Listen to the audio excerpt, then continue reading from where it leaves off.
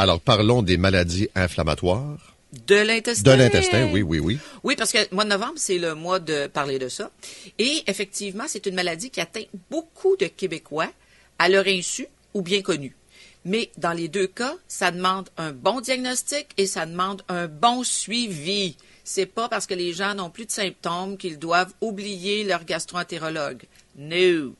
La colite ulcéreuse, si on imagine la bouche comme une muqueuse, la colite ulcéreuse, l'intérieur deviendrait épais, deviendrait inflammatoire, des petits ulcères. Tu sais, tout le monde a déjà eu un ulcère dans la bouche, on sait à peu près ce que c'est. Donc, ça devient légèrement ulcéré. Donc, qu'est-ce que ça donne comme symptôme? De la fièvre. C'est jamais normal d'avoir des maux de ventre avec de la fièvre. C'est jamais normal de maintenir des diarrhées pendant plus qu'une semaine. C'est pas normal d'avoir du mucus et du sang dans ses selles. C'est pas normal de perdre du poids autre qu'avec une gastro-entérite qui, au bout d'une semaine, devrait être réglée. Donc, si on continue de perdre du poids, c'est pas normal d'avoir des conjonctivites en même temps ou ce qui nous apparaît comme des conjonctivites, c'est-à-dire les yeux rouges douloureux pendant ou après qu'on ait eu des problèmes de diarrhée.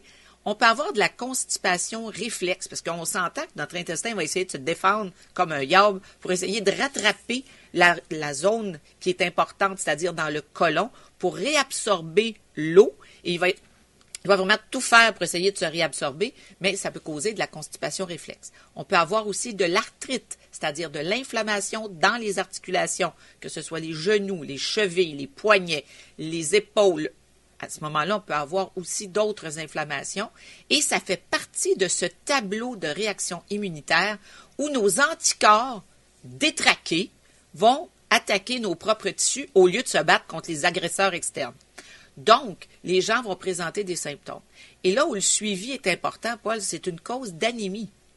Si tu perds des globules rouges tous les jours par ton inflammation, à ce moment-là, tu vas avoir de l'anémie, tu vas avoir la fièvre qui va monter tes globules blancs, tu vas avoir ta perte de poids qui va diminuer encore tes nutriments. Là, on parle du fer, mais il y a bien d'autres choses que tu vas perdre aussi, le zinc, le cuivre. Donc, ton immunité générale va baisser au détriment d'attaques contre tes propres tissus.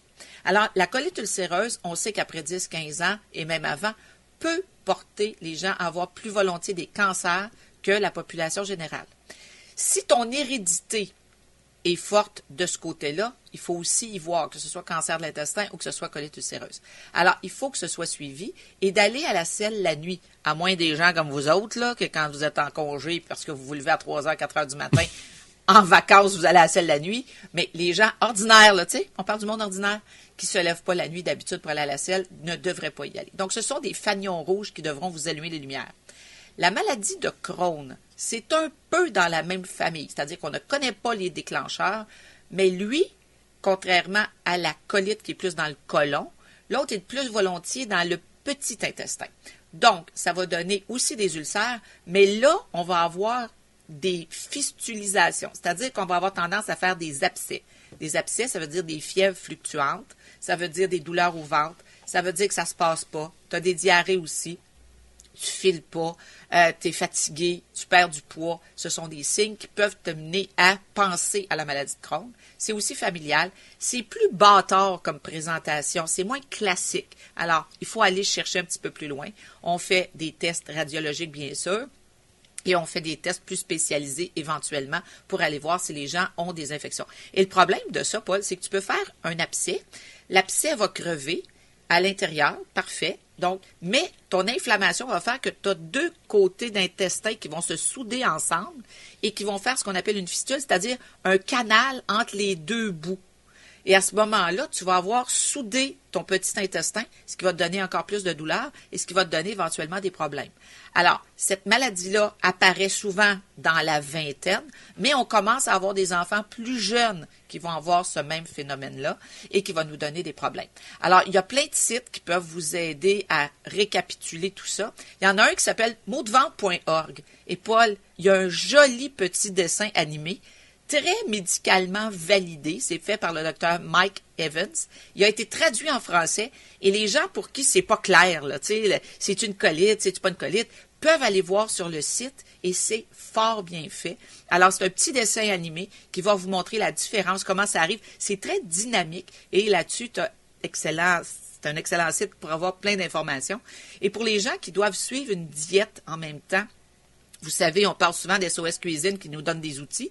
Ben, c'est sûr que vous pouvez avoir un abonnement hebdomadaire, mais pour les gens qui disent, qu'est-ce que je vais manger, je suis célibataire, comment je vais planifier ma semaine, je veux pas avoir de perte, à ce moment-là, si tu as des problèmes alimentaires au niveau de tes conditions médicales digestives, tu peux aller sur le site SOS Cuisine et ils peuvent t'arranger ça avec des diététistes professionnels et des experts en la matière. Donc, c'est intéressant, c'est des moyens pour s'aider à s'aider et surtout, n'oubliez pas votre suivi. Merci, Doc. Bonne journée. Bonne journée. Voici le moment zen.